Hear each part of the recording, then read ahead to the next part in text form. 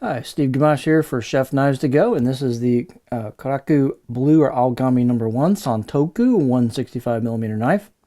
So this knife is constructed in a 3-layer fashion, and what it has is Aogami Blue Paper number 1, reactive high carbon steel for the core cutting edge steel. You can see peeking out right here at the edge. Here's your cladding.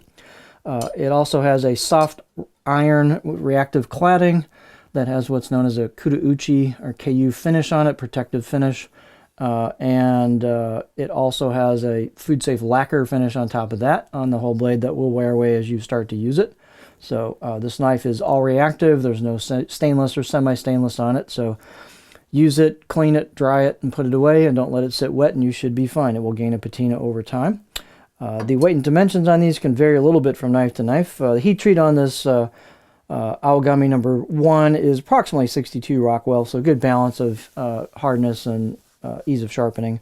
This steel will get just as sharp as you can possibly get it with your skill level, and it will hold a razor sharp edge. The weight on this one is pretty light. It's 125 grams or 4.4 ounces.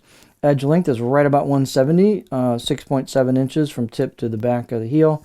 And then the overall length is about 310 millimeters from the tip to the back, or 12.2 inches.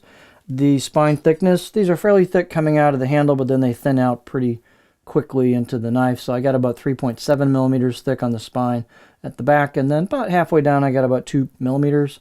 And it pretty much holds that, even maybe gets slightly thicker towards the tip here, but then we get the grind, which starts right there. You can see that grind down to the edge.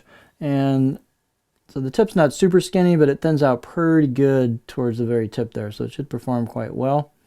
The back of the blade, here's the choil shot. It gets pretty thin at the edge as well, so it's a high performance grind on it. Let's see, blade height, about 47 millimeters, 46.9 on this particular one, so it's got some height to it. There's a little bit of a curve here in the choil. Not a lot of room, but you got some spot there to put your finger for a pinch grip. And then the balance point, this handle is a octagonal oak handle with what they call an urushi or burnt finish on it, which looks pretty cool. So it's a one-piece handle.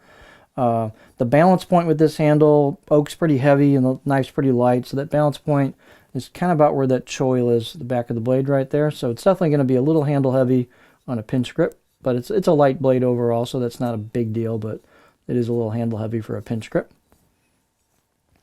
Let's see, the handle on this particular one, they don't really have it sealed up at all where the tang goes into the handle, so you'll want to seal it up with something.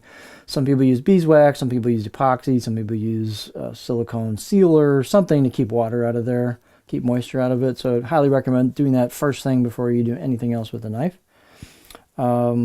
Let's see, out of the box edge, I'm going to give it a 4 out of 10. It's pretty dull on the back half and kind of reasonably sharp on the front half.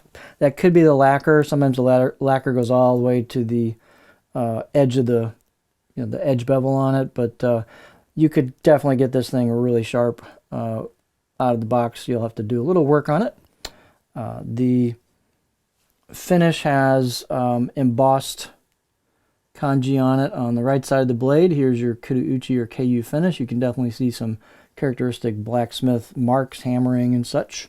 Here is an embossed symbol on the left side of the blade. This is a kind of a sandblasted finish here on the grind that goes down towards the edge. They've relieved a little bit of the corners of the spine, and they've done a fair amount of relief on the left side of the blade here at the choil. Not too much on the right, or I should say on the right side of the blade, not too much on the left side of the blade. So probably not too bad. I'm a lefty, so sometimes I'm a little more aware of this, but a righty, they've relieved that a bit already, so should be good to go. Let's see. I'd say fit and finish overall is pretty good on these. The edge profile has a bit of a hump in it, which could be pretty easily remedied with a little work on a cutting board. I'm sorry, not sharpening stone, since I'm handling the cutting board. So here's the edge profile. This is a really low tip compared to a lot of Santokus, so this is really flat profile. And so I'm not going to rock this much because that tip starts digging in right off the bat. You can see again how low that tip is to the center line. Even for most Santokus, that's pretty low. So this will definitely be more of a chopper.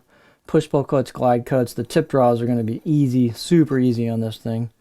It does have a bit of a hump right here in the edge profile. That would be pretty easy to take that out a little bit to kind of smooth out the profile, but it definitely has a little hump right there that you kind of get over the top of.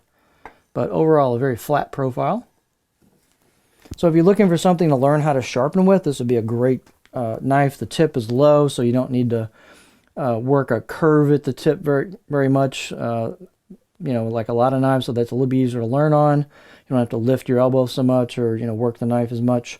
The steel is super easy to sharpen and will hold a decent edge, but these are so easy to sharpen, you'll probably say, I'm going to sharpen that, keep it really razor sharp.